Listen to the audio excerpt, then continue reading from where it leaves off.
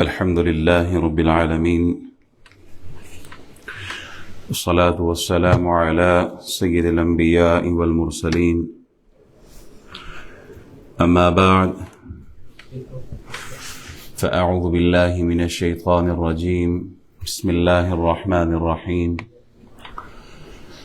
قال الله تبارك وتعالى في الكلام المجيد: وَلِلَّهِ عَلَى النَّاسِ حِجُّ الْبَيْتِ مَنِ اسْتَطَاعَ إِلَيْهِ سَبِيلًا. صدق الله مولانا العظيم، وصدق رسوله النبي الأمين الكريم، ونحن على ذلك لمن الشاهدين والشاكرين، والحمد لله رب العالمين. تمام خوبیاں، حمد، ثنا، تسبیح، تحلیل، تقدیس، تمجید، بزرگی، بڑائی، کبریائی اللہ جل وعلا کے لیے ہے، جو ہم سب کا خالق، مالک، رازق ہے.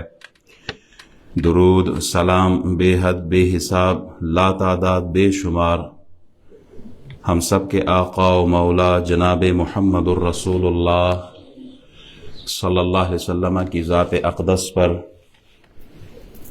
جو امام الانبیاء ہیں، رحمت للعالمین، شفیع المذنبین ہیں، خاتم النبیین ہے، رحمت للعالمین ہے. اللہ کریم کے حضور دعا گو ہوں، مالک و مولا ہمارا اول وقت میں آنا، بیٹھنا، سننا، سنانا اپنی پاک بارگاہ میں قبول اور منظور فرمائے. حج مبارک کا موسم ہے، ایام حج ہیں، لاکھوں کی تعداد میں خوش نصیب حجاز مقدس کی سرزمین پر موجود ہیں. وہ شہر جسے رسول اللہ نے پسند فرمایا ہے، مکہ کی وادی، جہاں رسول اکرم صلی اللہ علیہ وسلم کی ولادت، آپ کا بچپن، آپ کی جوانی گزری ہے. خوش نصیب ہے وہ حاجی جو اس وقت اس شہر میں موجود ہے جہاں اللہ نے اپنی آیتیں قرآن کی صورت میں نازل فرمائی ہیں. خوش نصیب ہے وہ احباب جو اس وقت اس شہر میں موجود ہے جس شہر کی قسم اللہ قرآن میں اٹھاتا ہے: لا اقسم بہذا البلد. خوش نصیب ہے وہ احباب جو اس شہر میں موجود ہے جہاں جنت کی نشانیاں موجود ہیں. حجر اسود ہے، مقام ابراہیم ہے، زمزم ہے، جہاں صفا مروہ کی پہاڑیاں ہیں، جہاں میزاب رحمت اور ملتزم ہے. خوش نصیب ہے وہ افراد جہاں ایک نیکی کا ثواب 1,00,000 کے برابر ہے.